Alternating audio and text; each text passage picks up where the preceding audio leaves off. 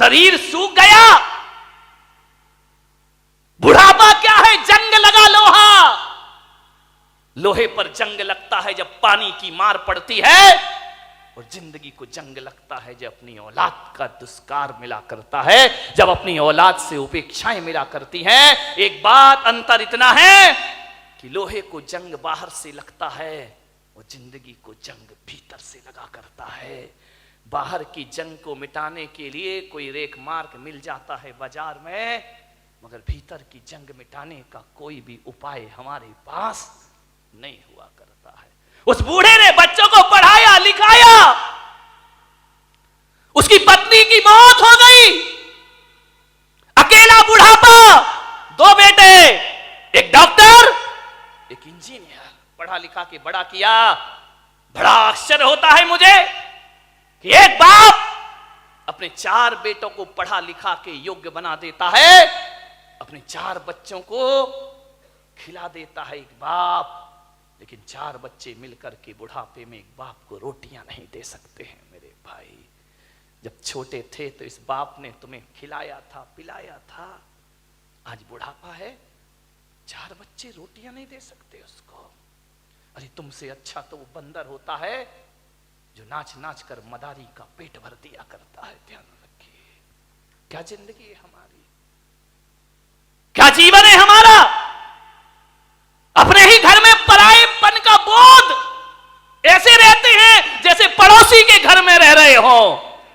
कल तक जहां हुकूमत चलती थी, आज 2 रोटी का भी इंतजार करना पड़ता है। मान्यवर, मां बाप अपने बच्चों की जुबान नहीं दे सकते किसी को। क्या हालात बना दिए हैं कि बुढ़ापे में मां बाप बच्चों के सामने चुपचाप हाथ बांधे खड़े रहते हैं। ध्यान रखिए, उनके पास कुछ नहीं है। उस बूढ़े बाप को बहुएं पसंद नहीं करती थी, फूटी आंख नहीं सुहाता बूढ़ा उनको, बड़ी परेशान हो गई बहुएं।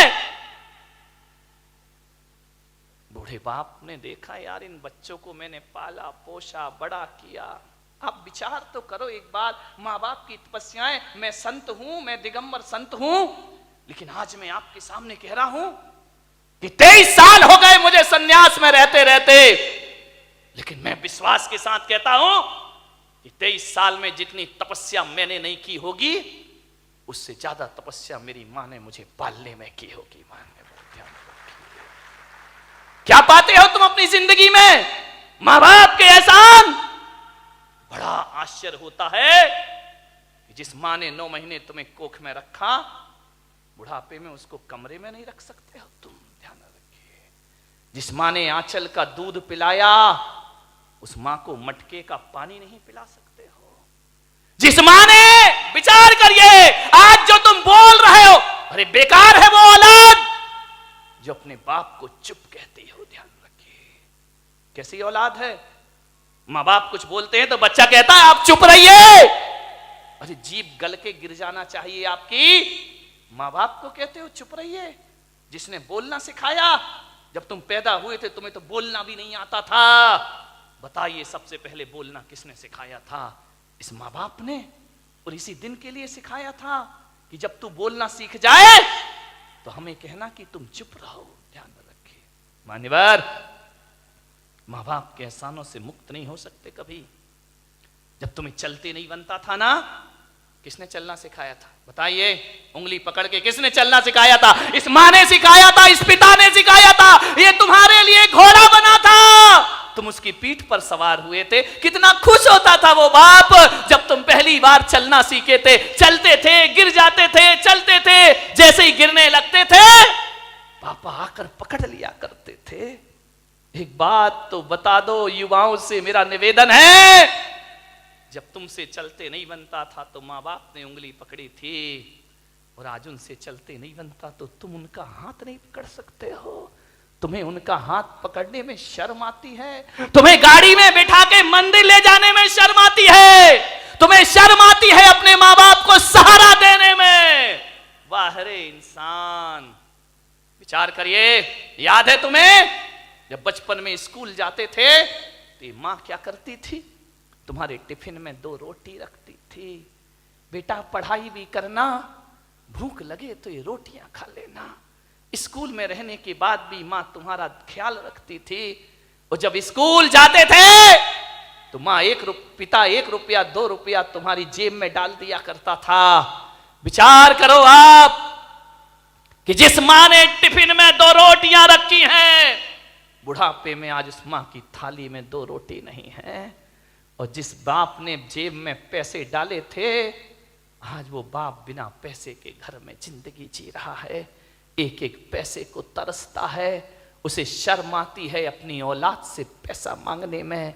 एक बात तो बता दो, युवाओं से मेरा निवेदन है कि बचपन में तुमने पिता की जेब से पैसे निकाले थे तो पिता तो गुस्सा नहीं हुए थे ना? पिता तो सोचते थे बच्चा है, निकाल लिया, खर्च करेगा, कोई बात नहीं है। बचपन में पिता के जेब से पैसे निकालते तब पिता को गुस्सा नहीं आया। और आज बुढ़ापे में बाप यदि तुम्हारी जेब से पैसा निकाले तो तुम्हें गुस्सा क्यों आता है? मैं आपसे पूछना चाहता हूं, युवाओं से मेरा प्रश्न है, आज आपको गुस्सा क्यों आता है? आज पिता को इजाजत क्यों लेना पड़ती है? एक बात आपसे निवेदन करने जा रहा हूं, मान्यवर, जब तुम छोटे थे ना, ये वही बाप है। तुम्हारे घर में एक चिड़िया आती थी, तुम बचपन में छोटे में पूछते थे पापा ये क्या है? पापा कहते थे बेटा चिड़िया है। फिर थोड़ी देर बाद चिड़िया आती थी, पापा ये क्या है? बेटा ये चिड़िया है। फिर चिड़िया आई, पापा ये क्या है? तुमने 10 बार पूछा, बाप ने 10 बार बताया बेटा ये चिड़िया है।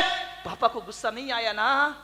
और जब बुढ़ापे में एक बाप किसी बात को 2 बार पूछ लेता है तो आप कहते हो तुम्हें एक बार का समझ में नहीं आता है, बार बार पूछते रहते हो। कितनी बार समझाऊं तुमको? बताओ, तुमने 10 बार पूछा तो पापा ने गुस्सा नहीं किया, आज पापा ने 2 बार पूछ लिया तो तुमको गुस्सा आ गया।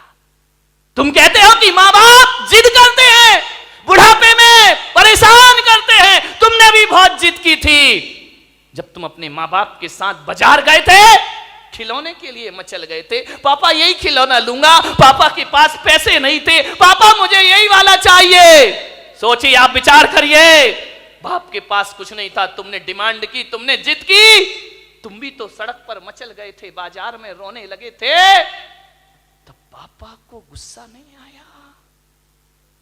और आज माँ बाप थोड़ी सी जिद कर ले, तुमको गुस्सा आ जाता है। किस काम की जिंदगी है ये तुम्हारी? मान्यवर, विचार करिए, तुमने कितना परेशान किया है माँ बाप को। उस परेशानी का यदि 1% भी चुका सको तो माँ बाप खुशी से अपनी जिंदगी जी लेंगे। मेरे भाई, मैं आपसे निवेदन करता हूं, माँ बाप का सम्मान ना कर सको कोई बात नहीं है, ज्यादा उनका मान प्रतिष्ठा ना दे सको कोई बात नहीं, लेकिन मेरा आपसे आज एक निवेदन है, इज्जत ना दे सको कोई बात नहीं, मगर ऐसा तो करो कि माँ बाप इज्जत से उस घर में रह सके। ध्यान रखे, इतना तो कर सकते हो ना कि सम्मान की जिंदगी जी सके। वो क्या करते हम माँ बाप के लिए? स्वामी विवेकानंद बहुत बड़े संत हुए, अमेरिका गए, उन्होंने अपना भाषण दिया, प्रवचन दिया, मां पर बहुत अच्छा बोलते थे। वो कहते थे मां से अच्छा कुछ नहीं होता, मां से बड़ा कोई धर्म नहीं होता है, पिता से बड़ा कोई धर्म नहीं होता, कोई कर्तव्य नहीं होता हमारा। विवेकानंद से किसी जिज्ञासु ने पूछ लिया, आप मां की इतनी महिमा गाते हैं, मां में ऐसा क्या है? धरती पर आए हैं तो मां तो मिलेगी मिलेगी, इसमें कौन सा एहसान? और हर माँ बाप पाल पोस के बड़ा करते हैं, कोई बड़ा काम नहीं कर दिया उन्होंने। धरती पर आओगे तो माँ बाप तो मिलेंगे ही मिलेंगे। विवेकानंद ने कहा, यह प्रश्न कोई भारत का आदमी पूछ रहा है कि मां में ऐसा क्या है? स्वामी विवेकानंद ने उसे बुलाया कि इधर आओ। वो एक साफा बांधते थे, उन्होंने अपनी पगड़ी खोली, बोले इसे पकड़ो। उसने कहा स्वामी जी ये क्या है? बोले पकड़ो। उसने पकड़ा। स्वामी विवेकानंद ने कहा कि जाओ मेरी सभागृह के बाहर 1 किलो का पत्थर पड़ा है, उसे उठा के लाओ। बोले स्वामी जी मुझे प्रश्न का उत्तर चाहिए, ये पत्थर अत्थर में से नहीं उठेगा। बोले देख, माँ बाप के संदेह में उठा हुआ प्रश्न किसी पत्थर से कम नहीं हुआ करता है। और पत्थर का जवाब स्वामी विवेकानंद नहीं देते, पत्थर का जवाब पत्थर ही दिया करता है। जाओ और पत्थर उठा के लाओ। वो पत्थर उठा के लाया। स्वामी जी ने कहा अपने पेट में बांध, और बांध करके पूरे नगर के 3 चक्कर लगा के आ। बोले ऐसा नहीं हो सकता। बोले क्यों नहीं हो सकता है? बोले मुझे उत्तर चाहिए। बोले उत्तर मैं नहीं दूंगा, उत्तर पत्थर देगा। माँ बाप के खिलाफ उठा प्रश्न पत्थर है, उत्तर भी पत्थर ही देगा। जाओ। उसने बांधा पूरी परिक्रमा। बोले थोड़ी देर बांधा फिर छोड़ दिया। बोले मेरे से नहीं होगा ये। बोले क्यों? बोले स्वामी जी आप इतने बड़े विद्वान हैं, मनीषी हैं, ज्ञानी हैं, मैं पेट में पत्थर बांध के घूमूंगा तो लोग हंसेंगे, मेरा मजाक बनेंगे, मुझे अच्छा नहीं लगेगा, मुझे शर्म आती है। तो स्वामी विवेकानंद ने कहा उत्तर मिल गया। बोले ये कोई उत्तर है क्या? बोले यही उत्तर है। जब तुझे 1 किलो का पत्थर बांध के घूमने में शर्म आती है, बोल तेरी माँ 9 महीने तुझे पेट में रखकर कैसे घूमी होगी, उसे शर्म नहीं आई होगी। और आज तुझे शर्म आई और तूने पत्थर फेंक दिया। अरे मूर्ख, यदि तेरी माँ को शर्म आती हो तुझे कोख से निकाल कर फेंक देती तो आज मेरी सभा में प्रश्न पूछने की औकात तेरी नहीं होती। इस ध्यान रखिए, ये माँ बाप का उपकार हुआ करता, ये माँ बाप की बदौलत है। एक बात याद रखना मेरे भाई, आज तुम्हारे पास जितनी भी दौलत है वो माँ बाप की बदौलत है। ध्यान रखिए, माँ बाप नहीं होंगे तो कहां से डॉक्टर बन जाओगे, कहां से इंजीनियर बन जाओगे? अरे माँ बाप का एहसान मानो, एहसान मानो इस माँ का। गर्भपात की दुनिया में भी तुम्हें जन्म देने की ताकत रखी है उसने। यदि जन्म से पहले मार देती तो आज यहां बैठ के प्रवचन नहीं सुन रहे होते तुम लोग। आज जो इज्जत तुमने कमाई है ना, ये मत सोचना कि पढ़ लिख के इज्जत कमाई है, ये मत सोचना कि दौलत कमा के इज्जत कमाई है।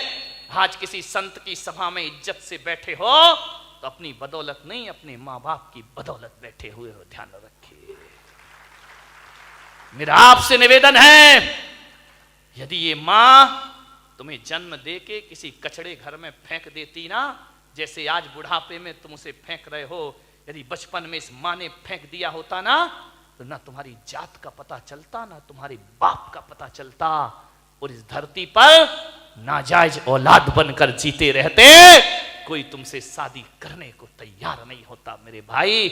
माँ बाप ने जिंदगी भर अपना चरित्र बचाया है, इस माँ ने अपने सतीत्व को बचाया है, उस पिता ने अपने चाल चलन को सुधारा है, तब जाकर तुम इस समाज में इज्जत की जिंदगी जी रहे हो मेरे भाई। ध्यान रखिए, ये इज्जत भी माँ बाप से मिली है, ये नाम भी माँ बाप से मिला है। और तुम्हें डॉक्टर बनाने से पहले तुम्हें डॉक्टर बनाने का सपना माँ बाप ने देखा था, तुमने बाद में, तुम्हें तो अकल भी नहीं थी, तुम्हें तो समझ भी नहीं थी कि इंजीनियर क्या होता है, डॉक्टर क्या होता है। माँ बाप तुम्हें बनाते हैं। आज तुम जहां भी हो, संतों की बदौलत, भगवान की बदौलत हो या ना हो, माँ बाप की बदौलत आज तुम जहां पर भी हो। ध्यान रखिए, माँ बाप का हाथ है इसमें। बूढ़ा दुखी हो गया, बहुएं पसंद नहीं करती, घर जाता बूढ़ा तो ऐसा लगता जिसे किसी जेल में प्रवेश कर रहा हो। पत्नी भी नहीं, फोटो लगी है पत्नी की, लेटा हुआ है पलंग पर, कभी पत्नी को देखता है, कभी अपने आप को देखता है। रात कटती है करवट में, पता नहीं चलता कितनी लंबी रात है। यूं तो अमावस 15 दिन में एक बार आती है, लेकिन उस बूढ़े की जिंदगी में तो अमावस ही अमावस थी, पूर्णिमा तो कभी आ ही नहीं पाई। सुबह ताने भरे शब्दों से नाश्ता मिलता, उलाहना दे करके 2 रोटी मिलती, करते क्या हो तुम यहां बैठे बैठे? कुछ नहीं बोला बूढ़ा। ठीक है, जाए भी तो जाए कहां? बड़ा दुखी था, मर भी नहीं सकता, मौत भी नहीं आती, जी भी नहीं सकता, जीने जैसा कुछ बचा भी नहीं है। बहुत दुखी है बूढ़ा। थोड़ा बहुत टहलाता, यार दोस्तों में बैठता, शरीर में ताकत नहीं, कुछ कमाए, कुछ मेहनत करे, फिर घर लौट आता। और घर लौटता तो ऐसा लगता कि किस दरिंदगी की जिंदगी में मैं वापस लौट आया हूं। कोई ढंग से बात नहीं करता, बेटे के पास टाइम नहीं, वो क्लिनिक से आता, वो साइट से आता नहाता धोता, टीवी के सामने बैठ जा, बूढ़े बाप से कोई कुछ नहीं पूछता। मैं युवाओं से निवेदन करूंगा, बूढ़े माँ बाप को बुढ़ापे में कुछ नहीं चाहिए, कुछ नहीं चाहिए। कोई बूढ़े माँ बाप नहीं कहेंगे अच्छा कमरा दो, अच्छा बंगला दो, गाड़ी दो, मोटर दो, अच्छा खाना दो, कोई माँ बाप नहीं। आपसे निवेदन है, जब कोई बेटा विदेश जाता है ना घूमने के लिए, पढ़ने के लिए, यदि वो पत्नी से पूछता है क्या लेकर आऊं, पत्नी कहती मेरे लिए हार लेकर आना। बच्चे से पूछता बेटा तेरे लिए क्या लेके आऊं, वो कहता है मोबाइल लेके आना। बहन से पूछता है तेरे लिए क्या लेकर आऊं, वो कहती अच्छे से सूट लेकर के आना। लेकिन जब मां से पूछता है मां मैं विदेश जा रहा हूं, बता तेरे लिए क्या लेकर आऊं, तो मां कहती मेरे पास सब कुछ है मेरे बच्चे, कुछ लाए या ना लाए, मेरा लाल तू वापिस आ जाए, इससे बड़ा उपहार मेरे लिए दुनिया में कोई दूसरा नहीं। एक मां है जो केवल तुम्हें चाहती है, तुम्हें बस, बाकी सारे रिश्ते तो तुमसे कुछ चाहते हैं। ध्यान रखिए, तुम्हें चाहने वाला कौन है? मान्यवर, क्या चाहिए एक बूढ़े मां बाप को? पत्नी डिमांड कर सकती है साड़ी की, आभूषण की, मां बाप तो नहीं करते। कोई उन्हें अच्छा पहनना नहीं चाहिए, उन्हें अच्छा कपड़ा नहीं चाहिए, उन्हें तो सब जीवन जी लिया है। ध्यान रखना, लड़कों से मेरा निवेदन है, बूढ़े माँ बाप को केवल प्रेम के 2 शब्द चाहिए।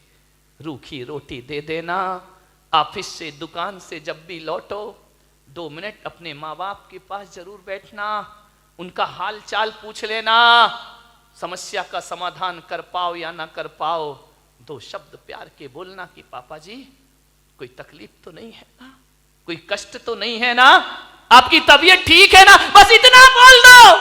ध्यान रखिए, कुछ नहीं चाहिए माँ बाप को। एक माँ को इतना ही तो सुनना है कि माँ से इतना बोल दे बेटा कि मम्मी तू ठीक है ना।